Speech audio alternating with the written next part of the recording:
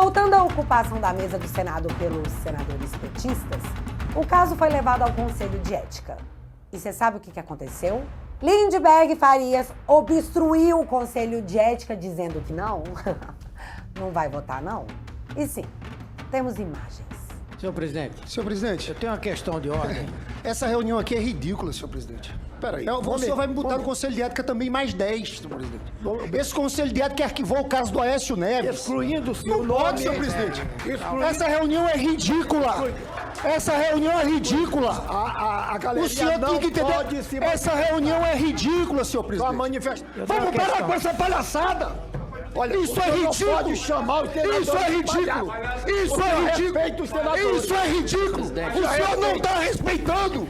O senhor Não tá está chamando os respeitando. senadores de palhaço. Isso é um absurdo que está sendo feito aqui. Senhor, Pode retirar. autoritário. Determinei a retirada da cidadã.